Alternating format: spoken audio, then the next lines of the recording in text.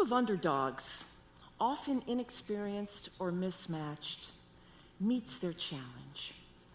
But they rise and work with teamwork. And under the help of a determined coach, they're able to win in the end. Sound familiar? That's the plot line of every sports movie that's ever been put out there. Action, adventure, and science fiction too. Think of a group of misfit rebels working against an oppressive force. They're able to get together and work teamwork and overcome against all odds. Lord of the Rings, Star Wars. I can tell you, as someone who has studied the emotional intelligence of teams for 30 years, that is not such a far-fetched plot line. You see, collaboration with teams can produce major forces in life. And what collaboration needs most is a set of emotionally intelligent norms. When emotionally intelligent norms come about in a team or are built, they help team members support one another, build on one another's strengths. They motivate the effort that's required for excellent teamwork. When you don't have good norms, when they're not emotionally intelligent, then teams struggle. They lose effort. They don't always win out in the end. Unfortunately, in our United States, where we have such an individualistic set of values, we prefer to think about superheroes, that charismatic person who's going to swoop in and save us. But I got to tell you that it's the team that helps the superhero, not the superhero that helps the team. Whether you're solving problems at work or trying to solve pressing problems in society, like climate change or health crisis or inequality, you need, and all of us need, to learn how to build emotionally intelligent norms. You see, this is what I do for a living. I help teams build these norms. I've been studying teams for a long time. I've been called the Jane Goodall of teams because I've spent so many hours observing team cultures. And I can tell you that it's the norms that matter most in teams. I came to this knowledge because when I was a child, my parents were international educators, and we moved from culture to culture. And I remember when I was 5, we moved to Kenya. And like all kids who were new in an environment, I had to learn how to follow the new social norms, which were very different than they were in the United States. So the thing that stands out the most for me was running a race at school. And I was very competitive, so I won the race, and I started jumping up and down for joy. But the school principal pulled me aside and said, "That's not how we do it in Kenya. We don't publicly feel joy in front of folks when we win." It was bad manners. That stuck with me. And it reminded me that I needed to follow the social norms in order to fit in. And when I did, I built real relationships that helped me to thrive. This here is a picture of me and my 2 girlfriends, Lucy and Grace, playing dress up in my mother's clothes in Kenya. You see, unlike animals who are wired with certain instincts when they're born, humans are wired for social learning. And this means that we observe others to figure out what to do. Right from birth, we come out and we watch our families to figure out what social norms work well. The other thing that our ancestors learned early in evolution was that if they lived in tribes, in small communities, they were better able to survive and thrive. And even better, those tribes that collaborated really thrived and survived. And so over evolution, we evolved to be able to collaborate pretty easily. But here's the catch. They needed to have strict social norms because danger lurked everywhere in those early tribes. And if you didn't follow the social norms, you were kicked out of the tribe, which meant certain death. Today, we still fear social rejection. It's hardwired into us, and we face it all the time. And if you doubt that, go to any middle school cafeteria, anywhere around the world. We fear social rejection. The time when it affects us most is when we're adolescents, when we're kids in middle schools and high schools. Because our hormones kick in at that time, and they make us want to fit in to the social norms in our peer groups. Matters a lot to us. Sometimes it leads us to do bad things, but it's important for us to build those skills. They are vital to our success in life, because there's nothing that we do in life that doesn't require following social norms, figuring out how to behave, how to fit in, and how to work together. Elizabeth Pollock, who studies social norms like I do, decided she wanted to see whether or not changing social norms in middle schools and high schools could reduce bullying in those schools. So she went to 56 middle schools and high schools in New York. She identified who the popular kids were. Because norms follow status and power, she pulled them out and ran workshops with them. She helped them create messaging that would change the social norms around bullying. When they went back into the schools, they talked about bullying being inappropriate. Guess what it did? It changed the norms and reduced bullying by 30%. It's unheard of. You know what doesn't change bullying, reduce it?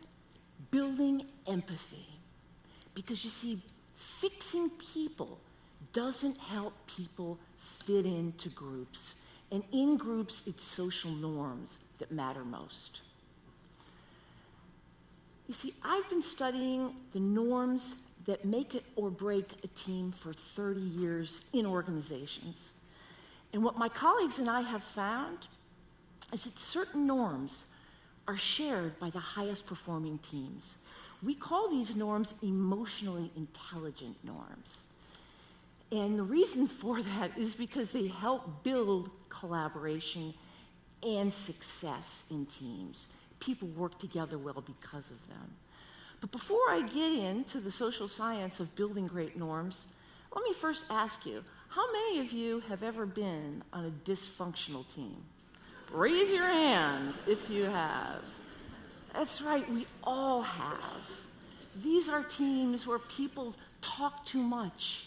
They dominate the conversation.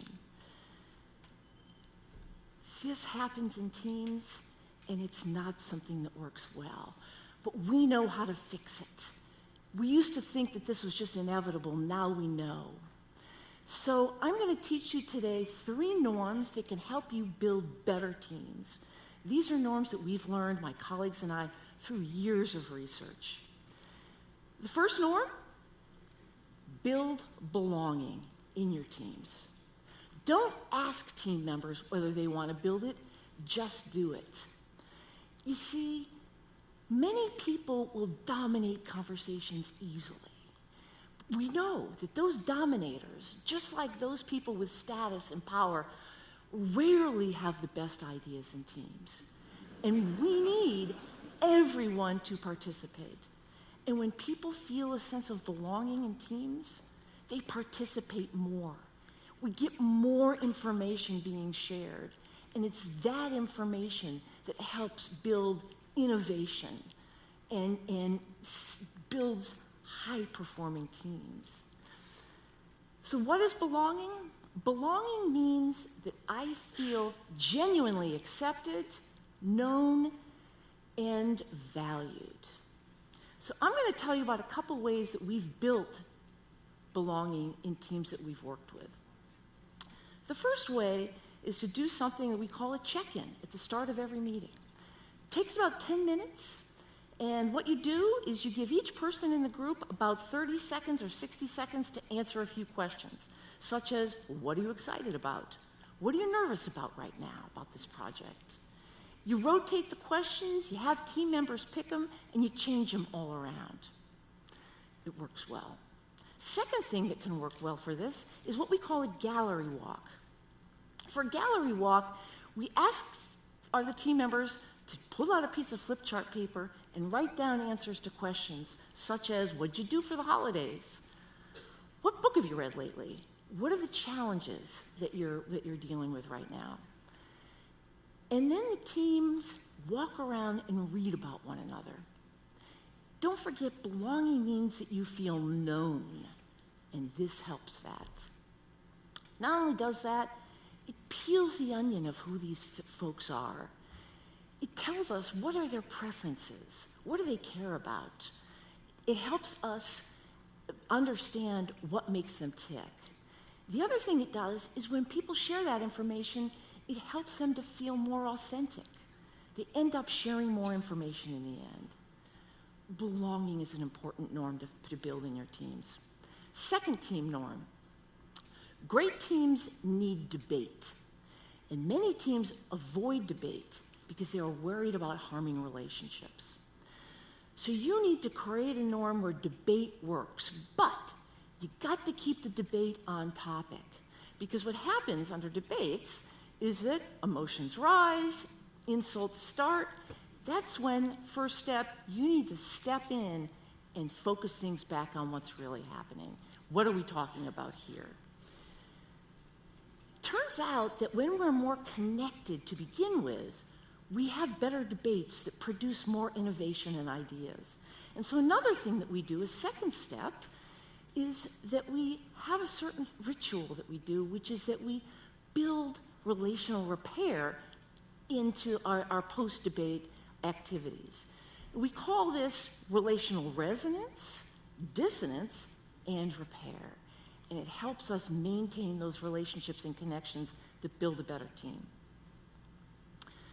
Third norm that matters is what I'm going to tell you about in a second, but I'm going to come back to the issue of debate because I worked with a team that was a team of engineers that were kind of angry and not having a good time because they were pretty conservative and they were also losing out to the competition.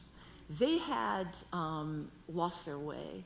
So when they came to work with us, we talked about their need for debate, and they decided to build a norm that would allow them to debate more authentically.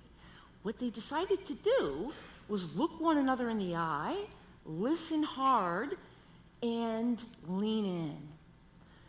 This worked wonders. They shared more ideas. They supported one another more.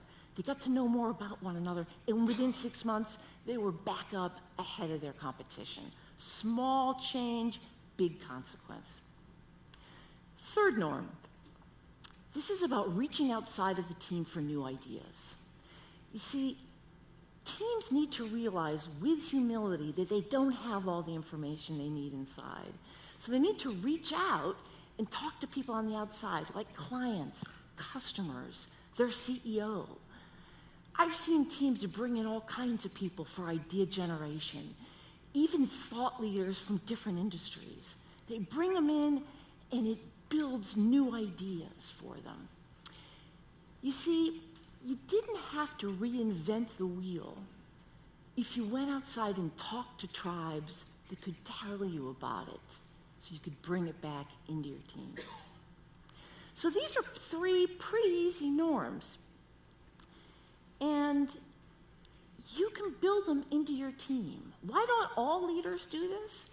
In part, because it takes time, and they don't want to waste that time. But if you do these things, it will make you more efficient and more effective. I suggest you do them in your families, you do them in your school systems, and you do them in your work teams.